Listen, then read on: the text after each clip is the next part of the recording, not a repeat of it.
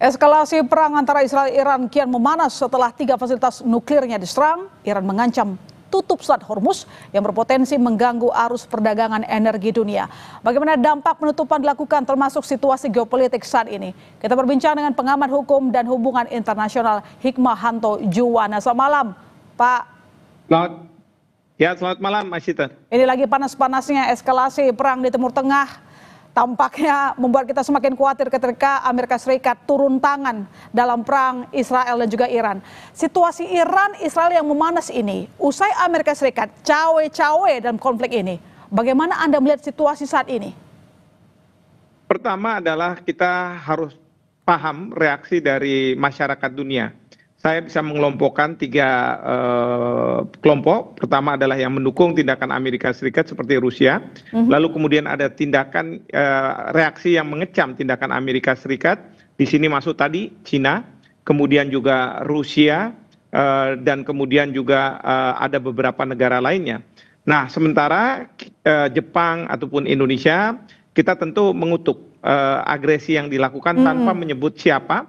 Dan kemudian kita minta supaya terjadi deeskalasi. Nah, yang saya khawatirkan adalah negara-negara yang mengecam tindakan dari Amerika Serikat, yaitu Cina ataupun Rusia, karena apabila mereka ikut terlibat juga, maka ini akan menjadi eskalasi yang sangat luar biasa. Kita tahu saat ini Iran, Menteri Luar Negeri Iran, berkunjung ke Rusia, bertemu dengan Presiden Putin. Nah, ini sebenarnya memberikan message kepada Donald Trump bahwa Iran serius untuk melakukan serangan ke Amerika Serikat, bahkan dengan meminta dukungan dari negara-negara besar. Dan ini yang akan mengkhawatirkan. Tetapi saya lihat bahwa Trump ini, sekarang ini kan kita lihat, dia sekarang mulai mundur. Dia mengatakan bahwa Trump memberikan kesempatan untuk Iran bicara secara diplomatik.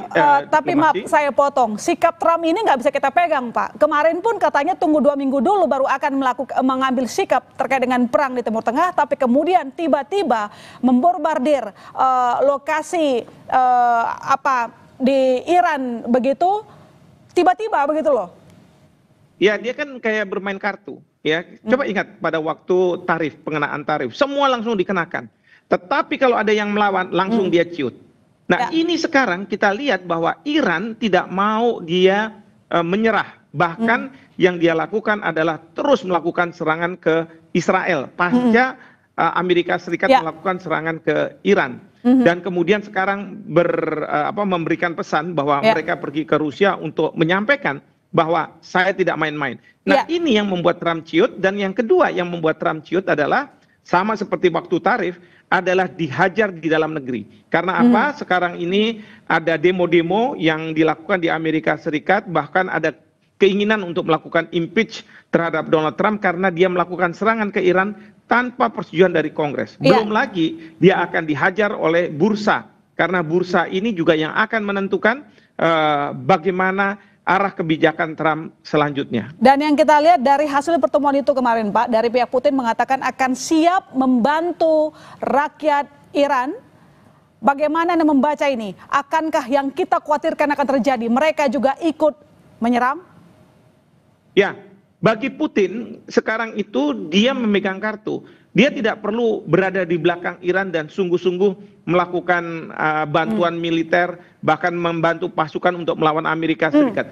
Cukup dengan kata-kata bahwa kami berada di belakang Iran, itu membuat gentar yang namanya Presiden Donald Trump. Ya, jadi inilah yang orang katakan ketika kita bermain kartu, muka poker face itu sangat-sangat penting. Ya, jadi Putin dengan gaya kerasnya, muka kerasnya, walaupun cuma dengan pernyataan, itu akan membuat gentar Trump. Apalagi kita tahu Trump itu punya respect yang sangat tinggi terhadap Presiden Putin. Nah, jadi ini mudah-mudahan yang akan bisa mendeeskalasi serangan. Tentu kalau misalnya Iran punya keinginan untuk melakukan blokade terhadap Selat Hormuz, menurut saya justru ini akan merupakan tindakan yang salah. Karena berdasarkan hukum internasional, selat yang penting untuk perdagangan internasional itu tidak boleh dihalang-halangi. Nah, memang Iran bisa mengatakan ini dalam situasi perang. Tetapi kalau Iran melakukan tindakan seperti ini akan berdampak pada pelambatan perekonomian dunia. Ya, Dan ini tapi akan menurut menaikkan harga Anda, BBM. Pak, apakah Iran tetap akan melakukannya? Karena yang kita tahu, waktu dia memproses nuklir begitu untuk kepentingan sipil, lalu kemudian dari pihak Israel ingin melakukan ataupun meminta bahwa Iran stop saja proyek itu, dia nggak mau dengar, Pak. Dia tetap laksanakan apa yang dia mau. Apakah terkait dengan penutupan Selat Hormuz pun dia bodo amat gitu loh? Pertama ya soal nuklir, pertanyaan kita itu kan dugaan Israel. Pertanyaannya apakah benar atau tidak? Siapa yang berhak untuk melakukan inspeksi? Buktinya Harusnya kan Israel nggak IAEA. percaya, Israel tidak percaya, Amerika tidak percaya. Tapi buktinya Iran mengatakan bahwa kami anggota Non-Proliferation Treaty yang memang kami tidak diperbolehkan untuk melakukan pengembangan senjata nuklir. Belum lagi dia mengatakan bahwa sebenarnya tidak ada. Sekarang pertanyaan saya, bagaimana dengan serangan Amerika Serikat di bawah Presiden Bush Junior ke Irak pada waktu itu katanya mencari mass weapon of destruction yang sampai hari ini tidak ditemukan. Apakah ini sekedar alasan untuk menyerang katakanlah Iran yang selama ini dianggap oleh Amerika Serikat dengan Israel melakukan serangan terhadap Israel melalui Hamas, melalui Houthi, melalui Hezbollah, atau memang benar-benar ada? Nah, ini yang masyarakat internasional mengatakan kalaupun memang Iran mengembangkan, silakan IAEA yang masuk, tetapi tidak boleh dengan dugaan-dugaan melakukan serangan ke Iran. Dan itu makanya negara-negara mengatakan bahwa ini merupakan serangan yang ilegal, tidak didasarkan pada pasal 2 ayat 4 Piagam PBB. Pak, tolong dijawab pertanyaan saya yang ini terkait dengan Hormuz tadi. Anda mengatakan kalau itu dilakukan itu justru melanggar. Tetapi apakah menurut Anda Iran melakukan itu karena memang dijadikan alat tawar politik untuk menghadapi tekanan Barat? Ya, saya yakin tidak dilakukan.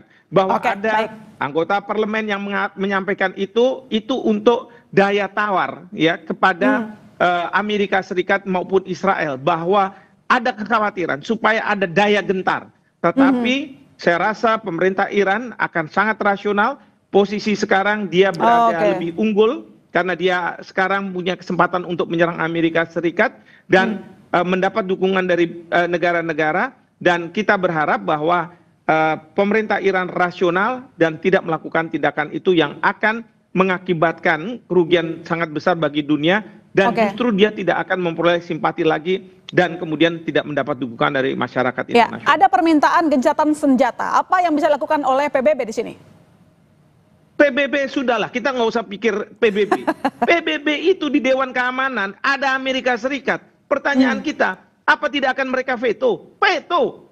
Buat apa kita mengandalkan PBB? Sekarang kalau Amerika Serikat pada waktu menyerang Afghanistan, menyerang Irak, mereka bisa membuat coalition of the willing. Sekarang Bapak Presiden dengan negara-negara yang cinta damai membuat coalition of peace. Itu yang harus dilakukan oleh pemerintah kita.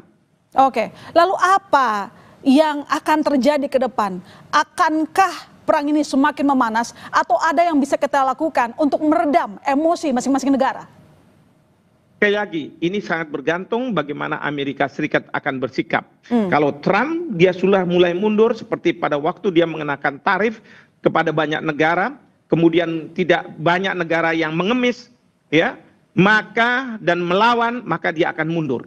Tetapi kalau misalnya Trump masih percaya diri, bahkan didukung oleh rakyatnya, mungkin ini akan bereskalasi. Kedua, bagaimana sikap Iran? Bagaimana Iran akan merespons serangan yang dilakukan oleh Amerika Serikat. Karena sekarang adalah giliran Iran untuk menyerang balik berdasarkan pasal 51 Piagam PBB. Yang ketiga adalah bagaimana reaksi dari negara-negara yang saya sebutkan tadi, yang sudah menyatakan bahwa ini merupakan pelanggaran yang dilakukan oleh Amerika Serikat. Apakah mereka akan ikut turun berhadapan dengan Amerika Serikat? Kalau memang mereka juga ikut turun, maka bukannya tidak mungkin kita akan dekat dengan perang dunia ketiga. Tetapi kalau Trump akan mundur, Iran juga tidak akan melakukan serangan yang sangat fatal.